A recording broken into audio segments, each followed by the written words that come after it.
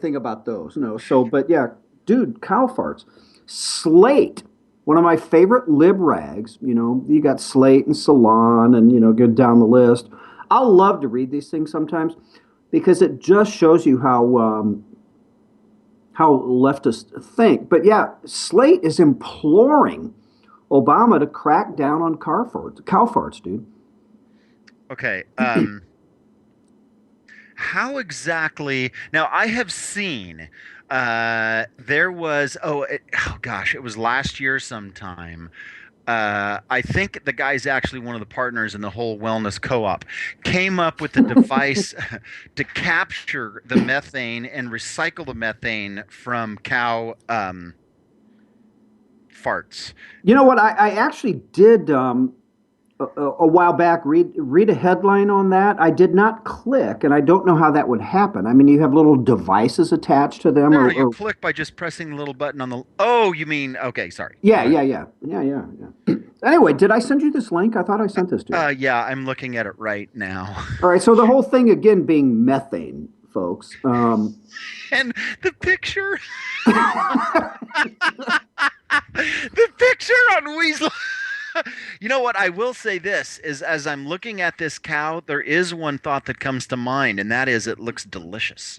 It does, but so yeah, I mean, Slate is all over this. Reducing methane emissions, if you will. They think this is even more urgent than the carbon emissions, CO2 and the like. And they go through, lots of statistics here about, where methane comes from. But apparently, the oil and gas industry only responsible for 29% of U.S. methane emissions, but Hmm.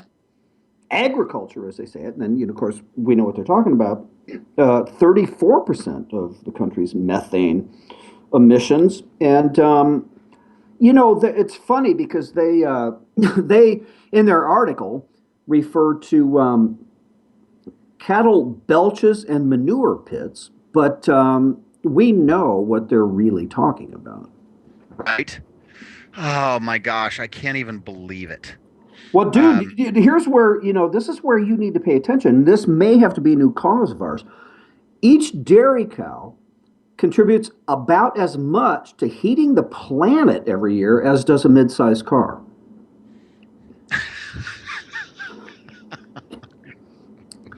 well, I'm doing my part, man. I'm trying to eat as many cows as I possibly can. Well, me too, but obviously we need to buy like Beano futures because there something needs to be done to eliminate cow farts. Right? Yeah, because we can't kill all the cows. I mean, we kill them as we eat them, but I mean, this is important. Now, do they? I didn't click into the link any further. Did they give any suggestions of how it can be done? They did not, um, and I think that's where you and I come in. So Call to action.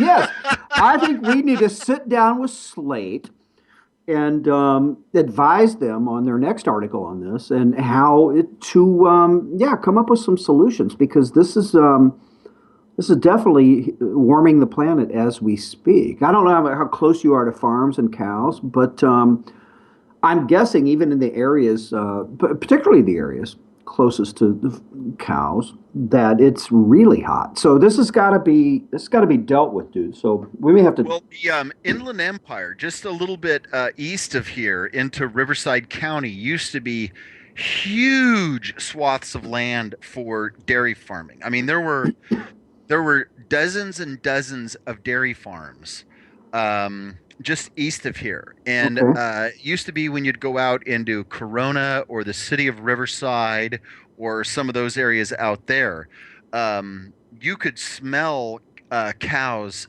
anywhere in Riverside County. Mhm. Basically from Newport Beach all the way out, getting closer to Palm Springs. That entire, I mean, dozens and dozens of You dozens know of what? square. I've been to Palm Springs, and I've actually seen cow farms in that proximity. I forget which airport I flew into. This is a long time ago, but I remember driving from the airport to Palm Springs and back. This huge windmill farm. Oh Anyway, yeah, you saw it. It was most famously in a movie in Rain Man. They stop and they're talking there. oh, is that one? Yeah, that's the first Yeah. one I ever saw. Yeah, and obviously it's super duper controversial because at any one time only some of them are working, and then obviously they're butchering and slaying birds like crazy. And Uh, bats and everything else. yeah. Now Dan just said that vegetarians produce more flatulence than meat eaters. He just texted me that. Ask him, Dan, is this from personal experience or where did you do this research? Yeah, is this just anecdotal? Because here's the question: is not only for meat eaters are you having to compare the flatulence of a vegetarian versus a meat eater, you also have to account for those animals that the meat eaters are consuming as part of the flatulent footprint, as Well, it see, were. there you go. And is there the same amount of methane in um, vegetarian farts as there is in those who eat? Well, here's the thing: is that there's a whole flatulent chain. Well, see, there we If go. you've got CO2 obviously produced by plant or oxygen's produced by plants, and it's the CO2 is consumed. Right. Uh, so the more vegetarians there are, the more plants will have to be planted to offset carbon dioxide emission from humans. But then on the flatulent chain going up from humans, you've got the various different animals. So is it more, if we could adjust the flatulent emission from the animals, will there be com- now this is important. You think I'm parsing, and I'm No, no, I'll tell you what, I'll tell you what I'm thinking after you're done. Please um, continue. is there a net decrease of flatulent production by eliminating uh, meat, meat sources, the farming of them, even though the vegetarian may out flatulent the meat eater Flatulate, wouldn't that be? I don't know. to out flatulate. Yeah, maybe. I don't know. Maybe we just made up a word. Anyway, these are important. Let me just grab my phone and see if Dan has weighed in because if he's going to be part of the discussion. Well, look, Dan, this doesn't help. You know what he said, Mike? What? I read a study someplace. Now, Okay. that kind of documentation, you can definitely make a Well, speech sure, to a because if joint. it was on the internet, it had to be true. Well, here's the thing is that I read a study someplace is the kind of support you could use to make a speech to a joint session of Congress on, let's say, a Tuesday night in January. But that's not the kind of thing that we bring into this house. No, because we are all about double and triple checking sources here. So until further, I again am going to go ahead and remain skeptical. Yeah, me too. You know what I was laughing about when you were talking? I'm thinking like, okay, you and I pretty high profile writers on IJR, right? I mean, you put up some stuff, some political analysis and whatever have you. So Think so?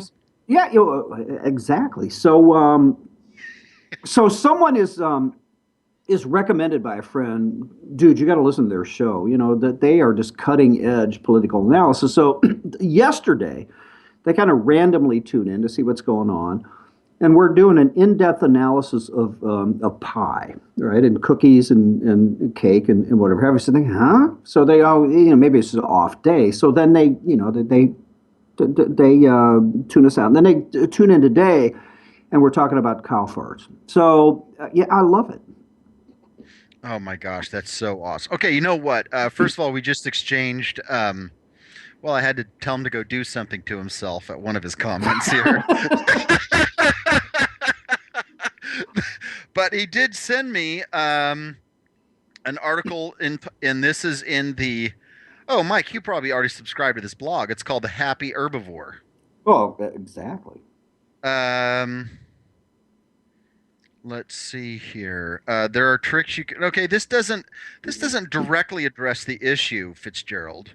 Um, is it true that vegans have really awful flatulence? I've heard this. Well, one particular vegan said they go weeks without flatulating. Okay, Dan, you know what? I'm going to have to spend a little bit more time digging into this. Then, But thank you for your contribution. Even so, at this point, put me down for on board with cracking down on cow flatulence, right up until they tell me that I can't be eating beef. Yes, and I still want to see the device. Yeah, because you referred to the picture, right, on Weasel Zippers. By the way, you guys, you got to go to Weasel Zippers. Zip is actually absolutely hilarious. But so obviously, with that picture in mind, Housem, with what's going on in that image, you gotta. I mean, you just can't put like a carbon filter on. You know what I'm saying? Because you got, yeah. I don't know. I'd like to know how that works. Yeah, that's you know what? I'm gonna send this. You know what? I can start tweeting as we're speaking. I'm gonna start tweeting the articles that we're talking about because I can do that from my Safari browser easily and nicely. And if go to the I just tweeted from at the right mics the picture to which Miller's referring, and it's hilarious. Mm. Well, these are important issues, Well, of man. course they are, dude. I mean, we have to be on this stuff because we're you and I are cutting edge, and We I are know we cut.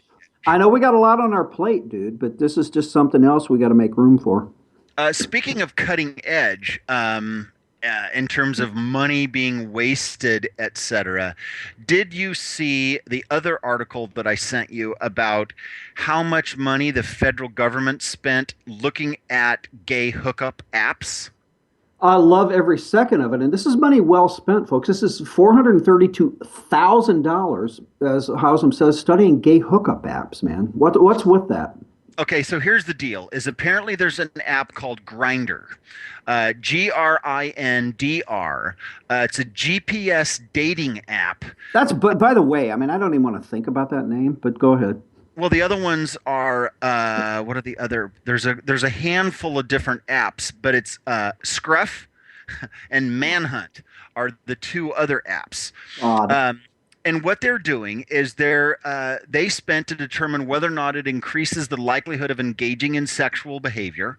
It also so they're looking at how and why smartphone applications are used for sexual partnering, how gay men present themselves, what they look for, the level of sexual arousals, emotional states.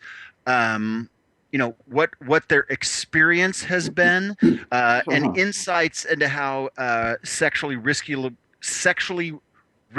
behavior is either increased or decreased based upon using these apps. And why, pray tell, is the federal government spending taxpayer dollars to figure this all out? Oh well, that's easy because as well, first of all, inquiring minds want to know. Number one, Right. and that's plenty of justification for spending federal money. But then also, Mike, the door's open, man. The federal government is involved in healthcare. And healthcare, by extension, affects every single area of your life. Therefore, studying every single area of one's life is appropriate. Yeah, that I guess that kind of makes sense. And if you really think about it, now that you mention healthcare, do you know how careful the government is with taxpayer money, right? They never want to waste it. So by investing, as we talked to yesterday, that term, investing $432,000 to study gay hookup apps, if they can glean enough information to where they can then help the gay community, kind of cut down on stuff that may add to the national health care bill because many of us are paying for a lot of other people's health care now under Obamacare. In the long run, Michael, this $432,000 investment may save us a ton. Well, I'm sure that's the justification. That being said, it's face palmingly, mind numbingly absurd that my tax dollars are being spent studying risky sexual behavior on Grinder. Anyway, folks, we are out of time for this half hour and the first hour done. This is Michael Hausum for Mike Miller. You've been listening to The Right Mics. Please listen to the news, and we will be right back.